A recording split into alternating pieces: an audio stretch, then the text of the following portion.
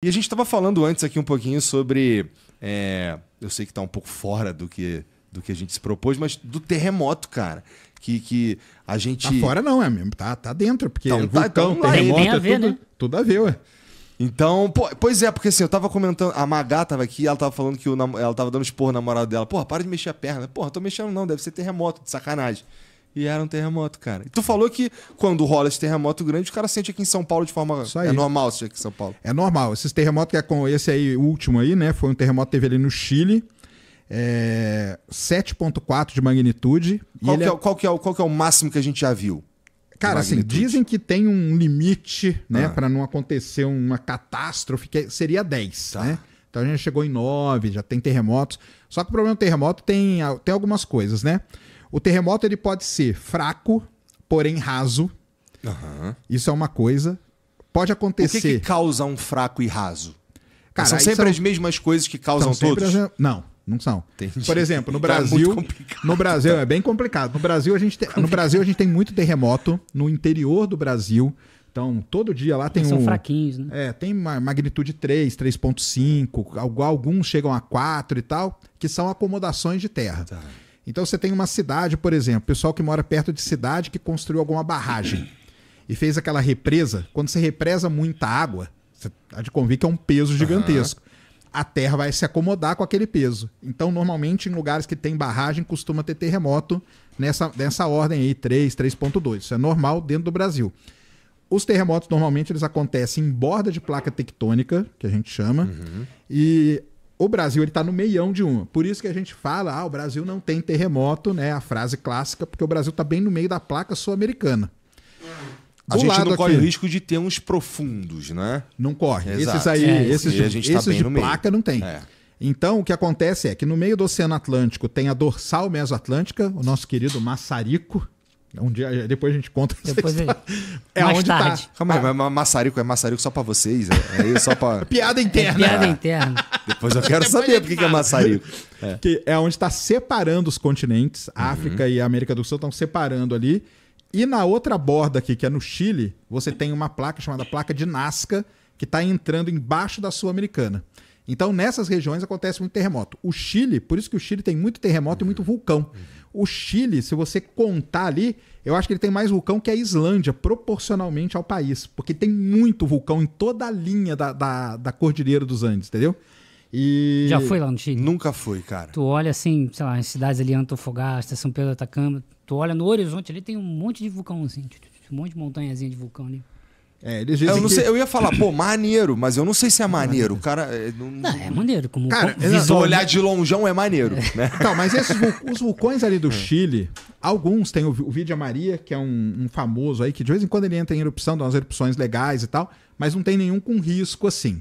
Tem aquele Pucón também? Pucón também, que é bonito de ver também. O Chile tem muito terremoto. Aí você fala assim, e o pessoal? O pessoal lá é acostumado já. Chile, Colômbia, tem muito terremoto, tem vários terremotos por dia até. Por dia tem ali. Só que de vez em quando acontece um muito forte, que foi o caso desse aí, que é uma magnitude 7,4, é considerado forte, só que ele foi muito profundo. Então, é aquele lance. Morreu alguém? Não morreu ninguém, porque é um terremoto muito profundo e num lugar onde não mora ninguém, provavelmente não vai ter. Às vezes você tem um terremoto de magnitude 4, raso, num lugar populoso, morre gente. 8 profundo onde não mora ninguém, não morre ninguém. Entendi. Só que o que acontece? Geologicamente falando, o Brasil, o terreno onde o Brasil está em cima, é um terreno muito antigo geologicamente falando. Tem mais de 6 mil anos. Será? Tem. Fica tranquilo. E aí o que acontece? Isso ajuda a propagação das ondas. Imagina os caras agora assim, né? Olha lá os caras rindo da nossa teoria, porra. Você pode ter certeza que já estão com o mouse aí, já estão preparando o corte para Prepara o corte. E aí o que acontece? Esse terreno muito antigo, ele facilita a propagação dessas ondas. Então, esses terremotos que acontecem no Chile, de magnitude 7, muito profundo, Avenida Paulista, os prédios sentem, Lapa, os prédios sentem, toda a parte alta aqui de São Paulo, você vai sentir. Em 2019, teve um fortão no Chile também, que chegaram a tirar as pessoas dos prédios da Paulista, cara. Caraca, mano. Mandou todo mundo sair. Foi bem na hora do almoço. Eu lembro direitinho porque meus filhos estudavam ali no São Luís, ali na Paulista, E a gente estava preocupado se ia ter aula ou não. A escola mandou dar uma segurada, porque eles mandaram tirar todo mundo dos prédios. Porque começou a balançar bastante, o pessoal, né, tira aí, vamos... Por quê? Os prédios nossos não estão preparados para terremoto. Então pode ser que qualquer mexidinha desse dá uma rachadura, trinca um negócio, uma fundação lá, uma viga, qualquer coisa. Então isso acontece. É que não tá assim, né, nos últimos anos aí a gente não teve tantos, então quando balança assim o pessoal fica meio, dá uma... Mas o pessoal Era na só Paulista, isso que faltava pra gente... Chave de ouro Brasil, né? Terremotinho, só pra... Porque assim, as outras coisas que a gente se vale de como funciona o clima na Terra, as coisas estão mudando, né? Então... Agora uma coisa de terremoto muito legal do Brasil, o estado que tem os terremotos mais fortes, Acre. Olha... O Acre é o estado do Brasil que tem os terremotos mais fortes. E isso tem uma explicação muito interessante.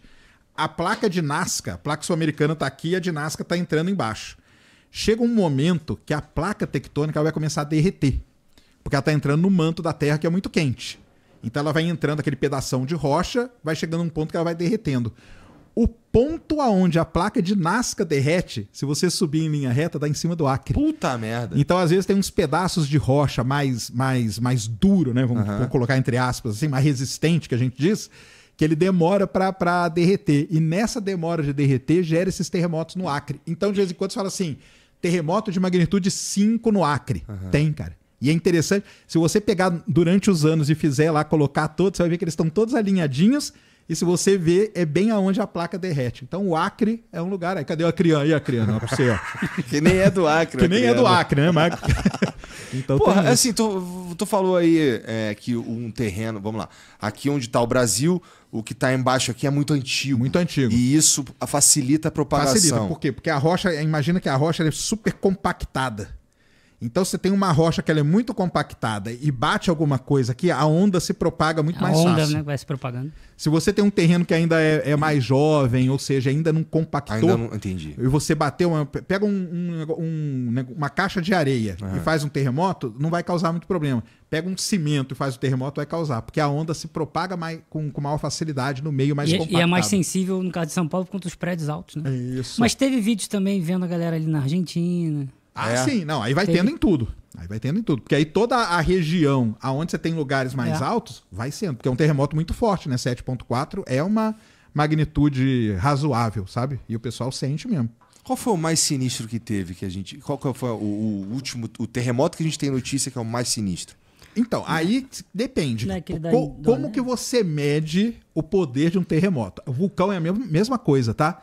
Como que a gente mede o poder? Tem muita gente que mede o terremoto pela destruição que ele causa. Isso é uma coisa. Então, se pegar pela destruição, a gente teve o ano passado 2 seríssimos. Um Marrocos, né? Que destruiu lá um monte, morreu muita gente. E o outro foi na Síria, né? Se não me engano. Esse de Marrocos, aí tu lembra qual que foi a escala Richter dele? Cara, acho que foi a magnitude 6 e 8, 6 e 9. Mas o problema é que ele foi raso. E foi num lugar que mora milhões de pessoas. Milhões de pessoas. E que não tá preparado. E não tá preparado. Então, tremeu, caiu tudo. Aí morreu gente pra caramba. Então, uma medida do terremoto é quantas milhares de pessoas ele mata. Milhares. Então, você tem terremotos históricos que mataram mais de 30 mil. Isso aí são os terremotos mais assim que a gente tem. Agora, se você pegar aí, tem terremotos de magnitude 9. No Chile mesmo, acho que o mais forte já registrado, se não me engano, é no Chile, é magnitude 9.5, uma coisa assim. Mas, de novo, né? Chile, Colômbia, próprio Estados Unidos, lá, Los Angeles, Japão.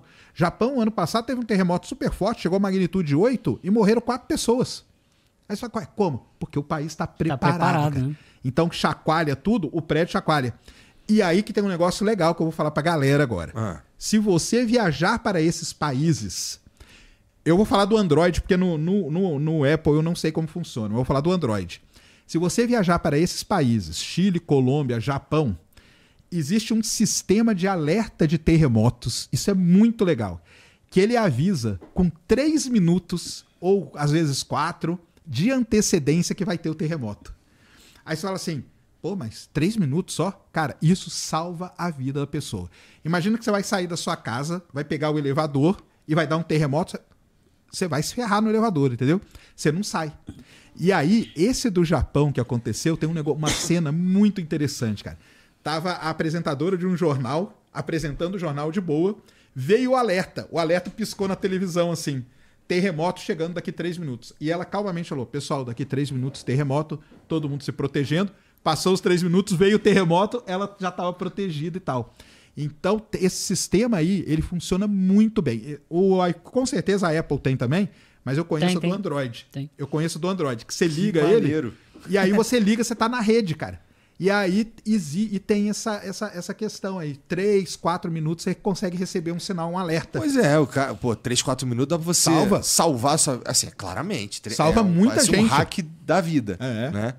Porque o pessoal se esconde, o pessoal se protege. É similar igual aqueles tornados lá no Texas, que a gente foi lá naquele restaurante. Sim, exatamente. Aí, igualzinho cena de filme, a TV assim, piscando. Aí, vocês estavam fazendo o que lá? Tava jantando. A gente tava no eclipse. A gente foi no dia do eclipse, né? No dia do eclipse tava com alerta. A previsão é que iria chover e queria ter tornado de noite.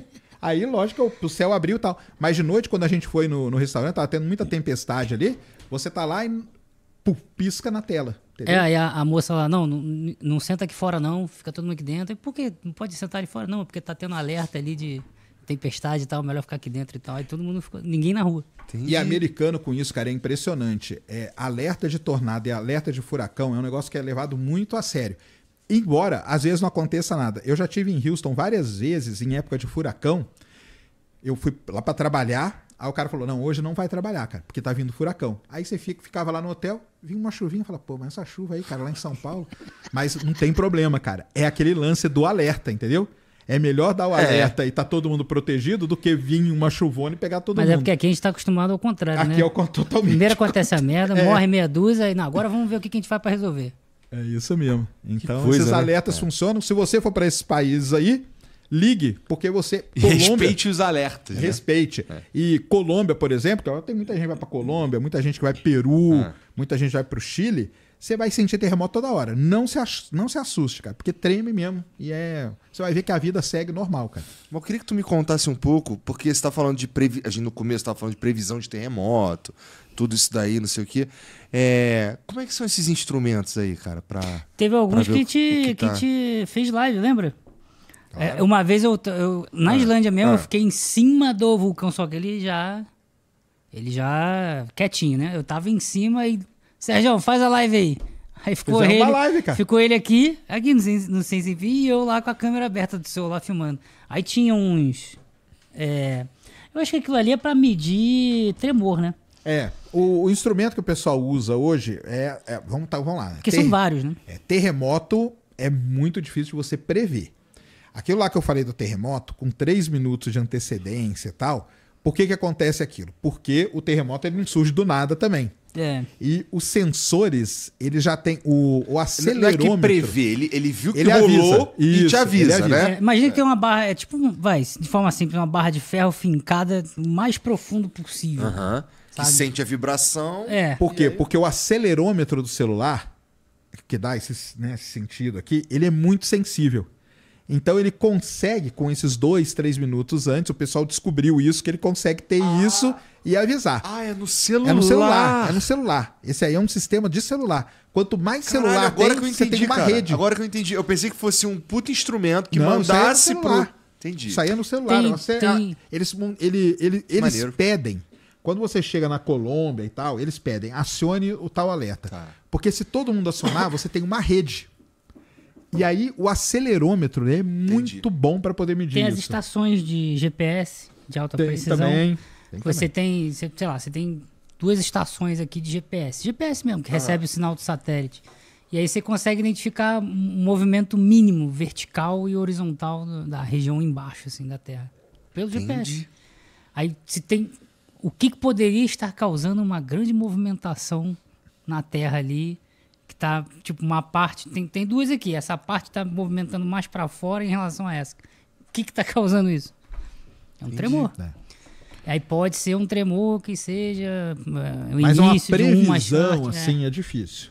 Entendeu? Agora, vulcão até tem a previsão que é feita por conta de sismógrafo que você instala, porque acontece o seguinte, quando o magma começa a se mexer embaixo da Terra, aquilo lá gera o que a gente chama de enxames de terremoto.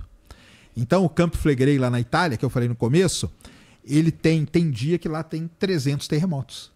300, 400, 500, entendeu? Então, quando começa a ter muito terremoto, alguma coisa vai acontecer. Aí você já se prepara. Você tira a população e tal, não sei o quê. Isso aí ficou muito claro nas Ilhas Canárias em 2019. Foi antes da pandemia, né? Acho que foi antes da pandemia. Foi. Um vulcão chamado Cumbre Vieja. Ele começou a dar esse monte de terremoto, o pessoal tirou, continuou os terremotos, o pessoal foi estudando, o cara falou, cara, 4 da tarde ele vai entrar em erupção. Acho que foi 3h50, pá, ele entrou em erupção. Então, o sistema que tem hoje nesses grandes vulcões aí de previsão mesmo, são muito bons, muito confiáveis, entendeu? Então, Yellowstone, ele é totalmente monitorado. Camp Flegrei, ele é totalmente monitorado. O Etna, totalmente monitorado.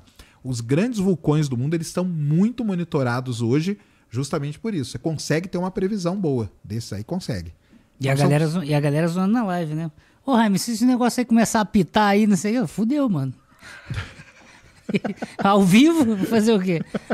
Porque tinha umas sirene lá também e tal, tinha outras pessoas. Sai correndo, sai que nem tava falando, né? Ela vem, não vem muito rápido, dá pra tu correr, pô.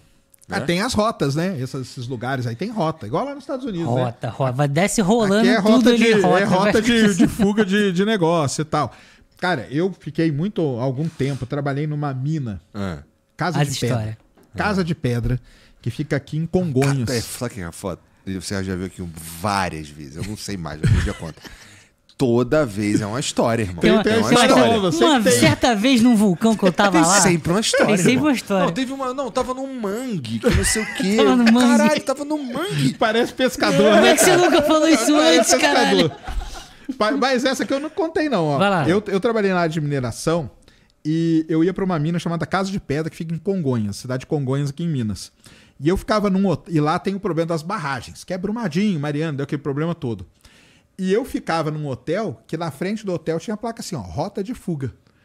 Porque a barragem, cara, era na minha frente. Se ela desabasse, aciona a sirene e tudo. Eu falei, por que tem ligação? Porque o mesmo sistema que eles usam hoje nessas barragens é o mesmo para prever vulcão, erupção.